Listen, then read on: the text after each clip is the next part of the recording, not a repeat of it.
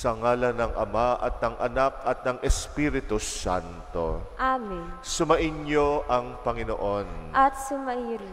Ipanalangin natin ang mga kababayan natin na maaring naapektuhan ng masamang panahon na meron tayo sa ating bansa, naway maging ligtas sila sa kapahamakan. Aminin natin ang ating mga kasalanan upang maging marapat tayong gumanap sa banal na pagdiriwang. Panginoong Hesus, Ikaw ang aming daan. Panginoon, kaawaan mo kami. Panginoon, kaawaan mo kami.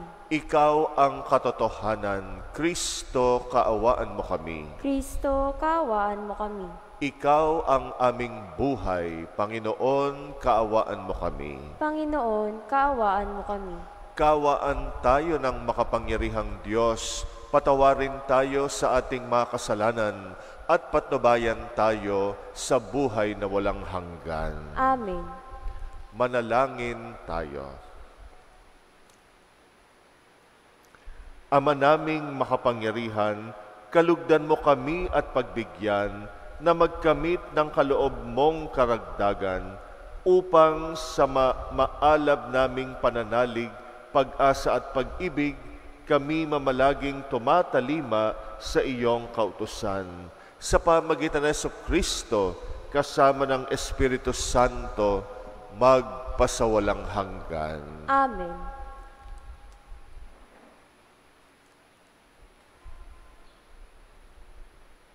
Pagbasa mula sa aklat ng Eksodo.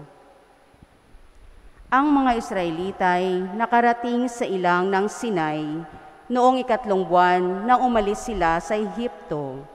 Mula sa Rephidim, nagpatuloy sila sa ilang ng Sinai at nagkampo sa tapat ng bundok. Sinabi ng Panginoon kay Moises, "Magsasalita ako sa iyo mula sa makapal na ulap ng naririnig ng mga tao upang sila'y maniwala." Malakas na tunog ng tambuli. Lahat ng tao sa buong kampamento ay nanginig sa takot.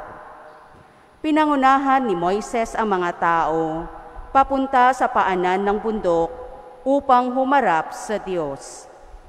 Ang bundok ng Sinai ay nababalot ng usok sapagkat bumaba ang Panginoon sa anyo ng apoy. Pumailan lang ang lisak tulad ng usok ng isang pugon. Ang mga tao'y pinagharian ng takot. Palakas ng palakas ang tunog ng tambuli. Nagsalita si Moises at sinagot siya ng Diyos sa pamamagitan ng kulog. Ang Panginoon ay bumaba sa tuktok ng bundok ng Sinai at pinaakyat niya roon si Moises. Ang salita ng Diyos. Salamat sa Diyos. Purihin at ipagdangal ang Diyos magpakailanman. Purihin at ipagdangal ang Diyos magpakailanman. Pinupuri ka namin, Panginoon, Diyos ng aming mga ninuno. Karapat-dapat kang ipagdangal at dakilain magpakailanman. Purihin ang iyong banal at maluwalhating pangalan. Nararapat purihin at ipagdangal magpakailanman. Purihin at ipagdangal ang Diyos magpakailanman. Purihin ka sa iyong banal at marangal na tahanan. Lubhang karapat-dapat kang awitan at dakilain magpakailanman. Purihin at ipagdangal ang Diyos magpakailanman. Purihin ka na nakaluklok sa maringal mong trono. Karapat-dapat kang awitan at dakilain magpakailanman. Purihin at ipagdangal ang Diyos magpakailanman.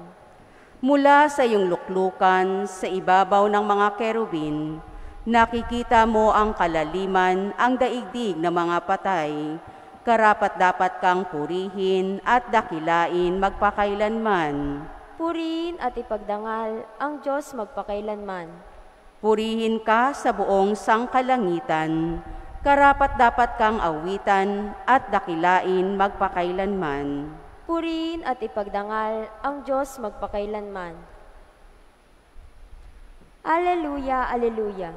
Papuri sa Diyos Ama, pagkat ipinahayag niya, hari siya ng mga aba. Aleluya, aleluya. Alleluia, Alleluia. Wikain mo, poon nakikinig ako sa iyong mga salita. Alleluia.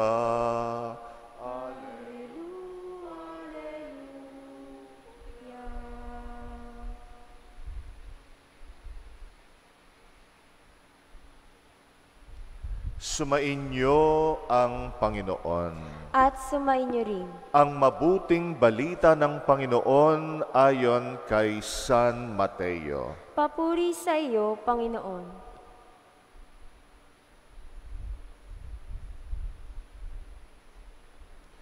Noong panahong iyon, lumapit ang mga alagad at tinanong si Jesus, "Bakit po ninyo dinadaan sa talinhaga ang inyong pagsasalita sa kanila?"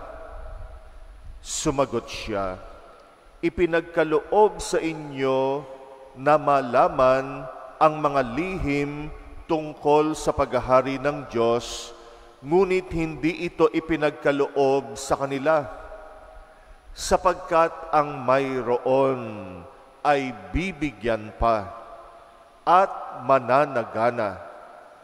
Ngunit ang wala, kahit ang kakaunting nasa kanya, ay kukunin pa.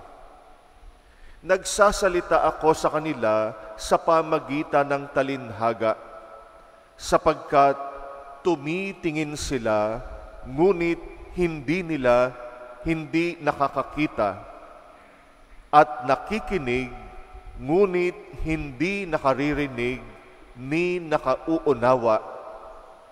Natutupad nga sa kanila ang hula ni Isaias na nagsasabi, "Makinig man kayo ng makinig, hindi kayo makakaunawa, at tumingin man kayo ng tumingin, hindi kayo makakakita, sapagkat naging mapurol ang isip ng mga ito. Mahirap makarinig ang kanilang mga tainga, at ipinikit nila ang kanilang mga mata. Kung di gayon, di sinsanay nakakita ang kanilang mga mata, nakarinig ang kanilang mga tainga, nakaunawa ang kanilang mga isip, at nagbalik loob sa akin, at pinagaling ko sila," sabi ng Panginoon. Mapalad kayo sapagkat nakakakita ang inyong mga mata at nakaririnig ang inyong mga tainga.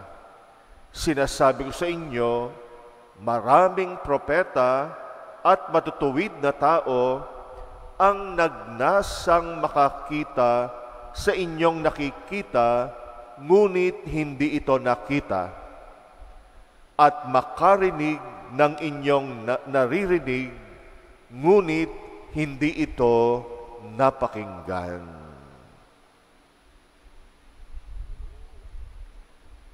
Ang mabuting balita ng Panginoon. Pinupuri ka namin, Panginoong Jesucristo. Ang talinhaga ay parang sisidlan, parang lalagyan. Ang talinhaga ay sisidlan ng katotohanan na ipinapahayag ng Diyos. At dahil ito'y nasa isang sisidlan, kailangan mabuksan, kahit upang maunawaan natin yung katotohanang inihahatid ng Diyos sa atin. Ang buhay natin at lahat ng ating karanasan ay maituturing nating talinhaga. Naglalaman ito ng mga mensahe ng Panginoon. Ang Diyos nagsasalita sa atin sa mga nangyayari ng ating buhay, sa mga karanasan natin. Kaya nga ang buhay ay malaking talinhaga.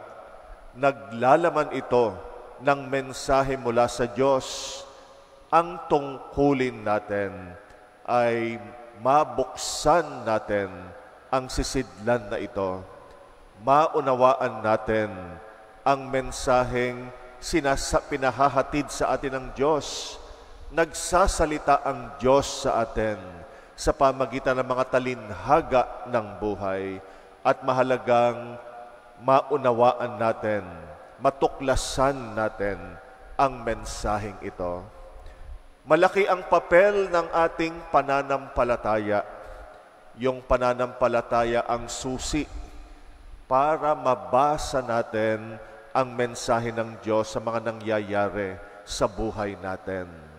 Yung pananalangin natin, yung ating pagninilay, lalo na pagninilay ng salita ng Diyos, ito ang tumutulong sa atin para mabuksan natin ang sisidlan ng katotohanan, mga karanasan natin sa buhay. Hindi natin mauunawaan ang mensahe ng Diyos sa ganang sarili lang natin. Kaya nga mahalaga na humihingi rin tayo ng tulong at gabay mula sa Diyos. Nagdarasal tayo. At yung matuklasan yung mensahe niya, lalo na sa pamagitan ng mga karanasan natin, isang mahabang proseso. Hindi isang upuan lamang. Talagang pagninilayan natin, kikilatisin natin, pakikiramdaman natin, unti-unti ano bang sinasabi ng Diyos sa buhay natin.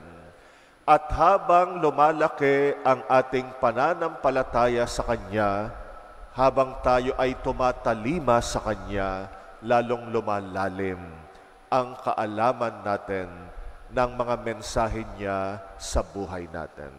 Itong tinutukoy ni Jesus sa ating ebanghelyo ngayon, yung kanyang mga alagad na tutong magbukas ng kanilang puso sa Panginoon, nakakakita sila, nakaririnig sila, nababasa nila ang mga talinhaga ng Panginoon dahil sa kanilang pananampalataya, pagtitiwala, pag-asa nila sa Panginoon. Samantala, yung tinutukoy sa ebanghelyo natin na hindi nakakakita, hindi nakakarinig, at nananatiling talinhaga ang buhay, ito yung mga hindi natutong sumampalataya, manalig sa Panginoon, umaasa sa sariling galing at talino, sa kanilang pagmamataas, kala nila, kaya nilang ilagay sa palad nila ang Diyos. Pero hindi, ang Diyos ay sobrang laki. Ang Diyos ay sobrang mahiwaga. At masusulyapan lamang natin yung Kanyang katotohanan kapag tayo ay nagpakumbaba, nagkaroon ng kalooban tulad ng isang bata, yung manabik sa Kanya at manampalataya sa Kanya. Doon nabubuksan ang mga talinhaga ng buhay. Mahiwaga ang relasyon natin sa Diyos. Pag tayo ay pumasok sa mundo ng pananampalataya, ay haharapin natin ang hiwaga ng Diyos. Hindi madaling mabasa kung anong sinasabi ng Diyos sa atin. Kailangan yan araw-araw na pananalangin, araw-araw na pananahimik, araw-araw na pagninilay, araw-araw na pagtalima sa Kanya. Kaya nga kung hindi tayo nagdarasal sa buhay, o kung yung dasal natin paminsan-minsan lang kapag nasa mood lang tayo, mahirap maunawaan ang talinhaga ng buhay. Ang Diyos araw-araw nagsasalita sa atin. Kaya nga araw-araw din yung kalooban natin nasa disposisyon ng pananalangin at pananampalataya. Kaya ito ang hamon at imbitasyon sa atin. Unawain natin ang mga mensahe ng Diyos sa talinhaga ng buhay. Madalas nating marinig, Jesus is the answer. Si Jesus ang sagot. Kaya yung pagsampalataya natin kay Jesus, Yan ang tutulong sa atin para matuklasan natin ang mensahe ng Diyos sa buhay natin. Kaya panalangin natin ang bawat isa, magkaroon tayo ng makahulugan na pagsasaliksik ng kalooban ng Diyos sa buhay natin. Araw-araw, basahin natin ang mga talinhaga ng Diyos sa mga karanasan at buhay natin.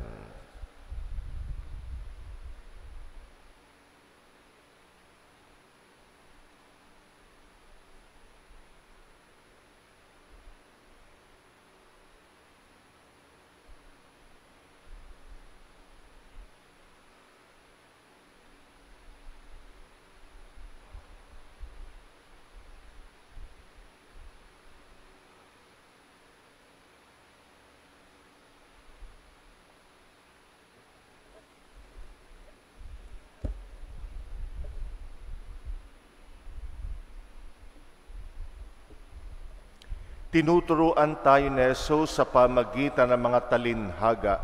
Si Kristong naghahasik ng butil ng salita ng Diyos. Tumugon tayo sa kanyang gawaing ito sa ating pananalangin sa Ama. Ating itugon, Panginoon, dinggin mo ang aming panalangin. Panginoon, dinggin mo ang aming panalangin. Ang simbahan sa mundo naway maging katulad ng mayamang lupa na nagbubunga ng tig-iisang daang ani. Manalangin tayo sa Panginoon. Panginoon, dinggin mo ang aming panalangin. Ang mga pinuno ng mga bansa naway mamuno sa pamamaraang kalugod-lugod sa Diyos at sa sambayanan. Manalangin tayo sa Panginoon. Panginoon, dinggin mo ang aming panalangin. Ang mga hindi napapansing ambisyon at pagkamakasarili, naway hindi maging hadlang sa pagdaloy ng salita ng Diyos sa ating buhay. Manalangin tayo sa Panginoon. Panginoon, dinggin mo ang aming panalangin. Ang mga may sakit, naway makadama ng kapangyarihang nagpapagaling ni Kristo. Manalangin tayo sa Panginoon. Panginoon, dinggin mo ang aming panalangin. Ang mga namayapa, naway masiyahan sa liwanag, kaligayahan at kapayapaan sa kalangitan, at mapalakas ng salita ng Diyos ang mga nabibigatan sa pagkalumbay. Manalangin tayo sa Panginoon. Panginoon, dinggin mo ang aming panalangin. Tahimik nating idalangin ang ating mga personal na kahilingan. Muli nating ipagdasal ang mga kapatid nating pinangakuan natin ng panalangin. Ipagdasal natin ang mga kababayan nating nasasalanta ng bagyo na naririto sa ating bansa. Ipanalangin din natin ang intensyon ng mga kapatid nating nagpapamisa, lalo na ang mga may sakit at ang mga pumanaw na sa buhay.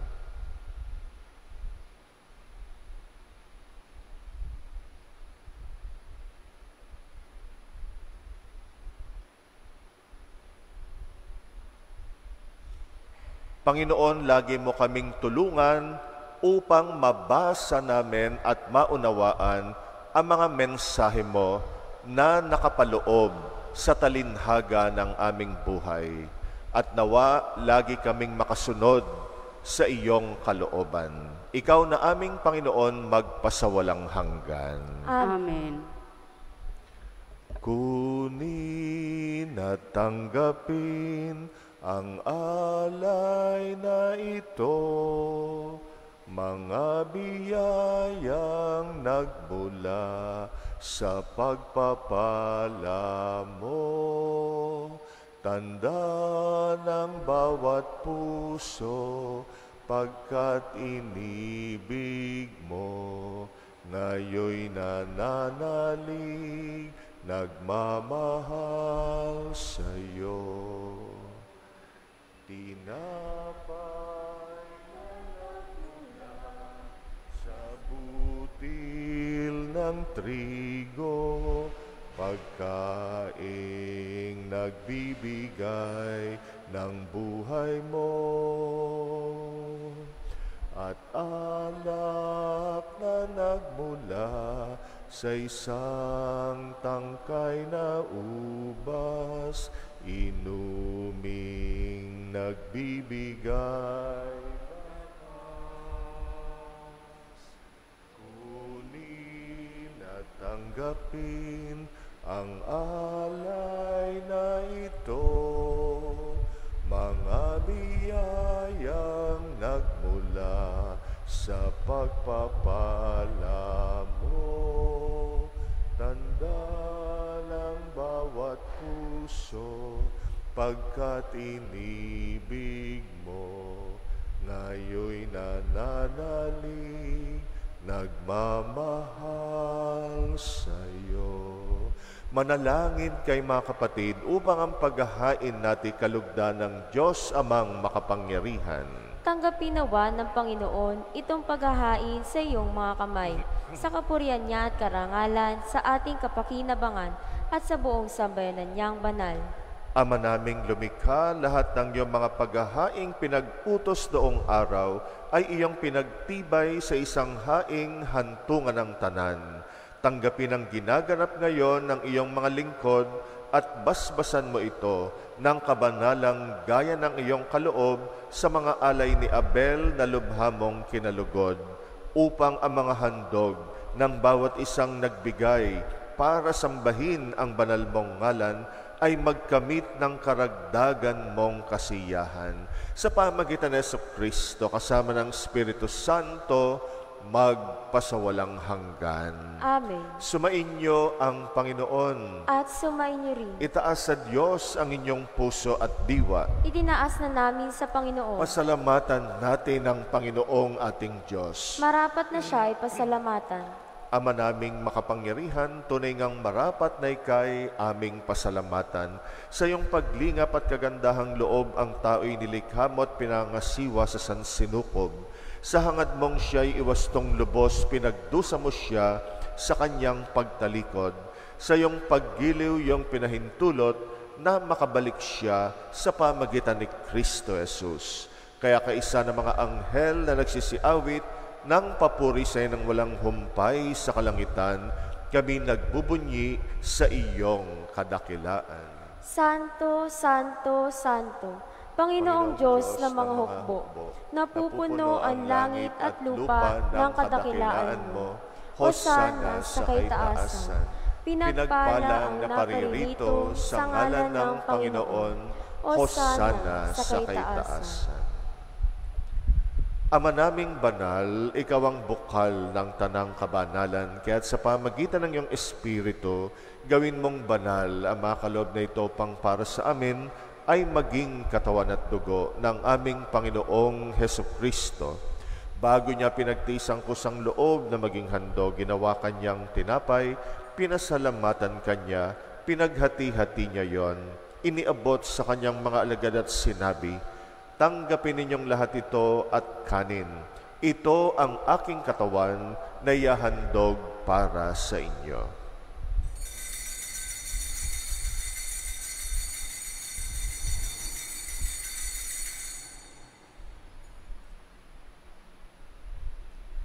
Gayun din naman, nung matapos ang hapunan, hinawakan niya ang kalis, muli kanyang pinasalamatan, iniabot niyang kalis sa kanyang mga alagad at sinabi, tanggapin ninyong lahat ito at inumin. Ito ang kalis ng aking dugo, ng bagot walang hanggang tipan, ang aking dugo na ibubuhos para sa inyo at para sa lahat, sa pagpapatawad ng mga kasalanan. Gawin ninyo ito sa pag-alala sa akin.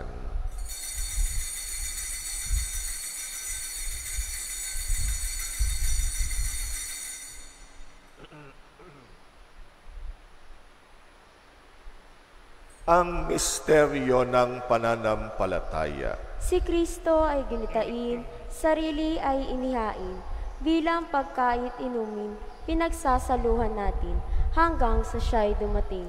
Ama, ginagawa namin ngayon ang pag-alala sa pagkamatay at muling pagkabuhay ng iyong anak. Kaya't inaalay namin sa iyo ang tinapay na nagbibigay buhay at ang kalis na nagkakaloob ng kaligtasan. Kami nagpapasalamat dahil kami yung minarapat na tumayo sa harap mo para maglingkod sa iyo.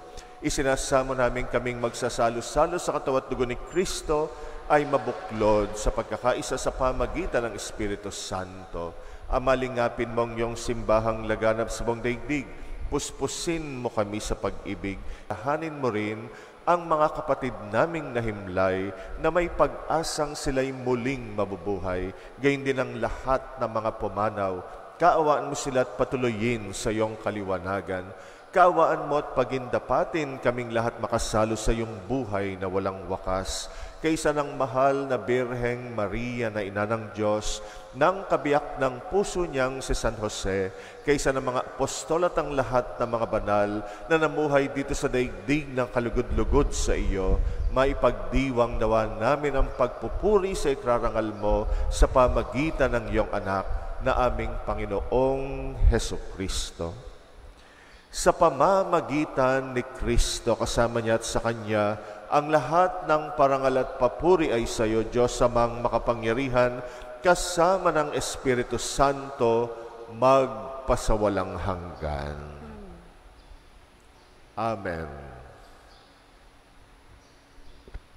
Manalangin tayo sa ating Ama sa Langit, alinsunod sa turo sa atin ng Panginoong Hesus. Ama namin, sumasalangit ka, sambahin ang ngalan mo, mapasa amin ang kaharian mo, sundin ang loob mo dito sa lupa para ng sa langit. Bigyan mo kami ngayon ng aming kakanin sa araw-araw at patawarin mo kami sa aming mga sala para ng pagpapatawad namin sa nagkakasala sa amin. At huwag mo kaming ipahintulot sa tukso at iadya mo kami sa lahat ng masama. Hinihiling namin kami yadya sa lahat ng masama, pagkalooban ng kapayapaan araw-araw, iligtas sa kasalanan, ilayo sa lahat ng kapahamakan, samantalang aming pinananabikan ng dakilang araw ng pagpapahayag ng tagapagligtas naming si Jesucristo. Sapagkat iyo ang kaharian at ang kapangyarihan at ang kapurihan magpakailanman. Amen. Panginoong Jesucristo, sinabi mo sa iyong mga apostol, kapayapaan ang iniiwan ko sa inyo, ang aking kapayapaan ang binibigay ko sa inyo. Tunghayan mo ang aming pananampalataya, huwag ang aming pagkakasala. Pagkalooban mo kami ng kapayapaan at pagkakaisa ayon sa iyong kalooban, kasama ng Espiritu Santo, magpasawalang hanggan. Amen. Ang kapayapaan ng Panginoon ay laging sumainyo. At sumainyo rin. Magbigayan kayo ng kapayapaan sa isa't isa. Peace be with you. Kordero ng Diyos na nag-aalis ng mga kasalanan ng sanlibutan, maawa ka sa amin. Kordero ng Diyos na nag-aalis ng mga kasalanan ng sanlibutan, maawa ka sa amin. Kordero ng Diyos na nag-aalis ng mga kasalanan ng sanlibutan, ipagkaloob mo sa amin ang kapayapaan.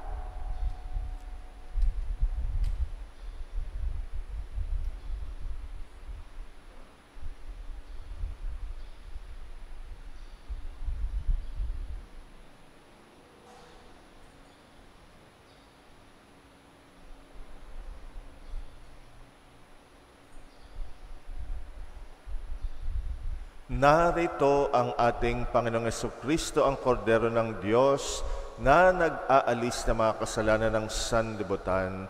Mapalad ang mga inaanyayahan sa kanyang piging. Panginoon, hindi ako karapat-dapat na magpatuloy sa iyo, ngunit sa isang salita mo lamang ay gagaling na ako.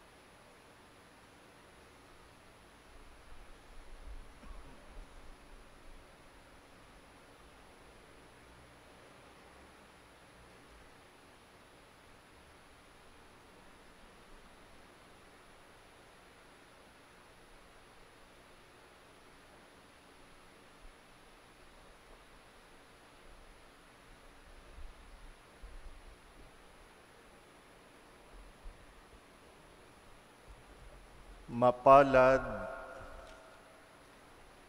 ako ay nasa pintuan, tumutuktok, naghihintay. Kung ako ay pagbibigyang makapasok sa tahanan, kayo'y aking sasaluhan. Manalangin tayo.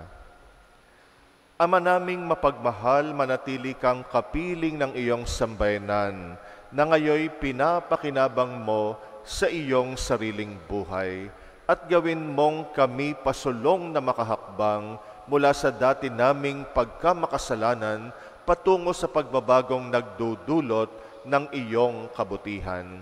Sa pamagitan ni Jesucristo, kasama ng Espiritu Santo, magpasawalang hanggan. Amen. Sumainyo ang Panginoon At sumainyo rin. at pagpalain kayo ng makapangyarihang Diyos, Ama at Anak at Espiritu Santo. Amen. Tapos na ang misa, humayo kayo sa kapayapaan ni Kristo. Salamat sa Diyos.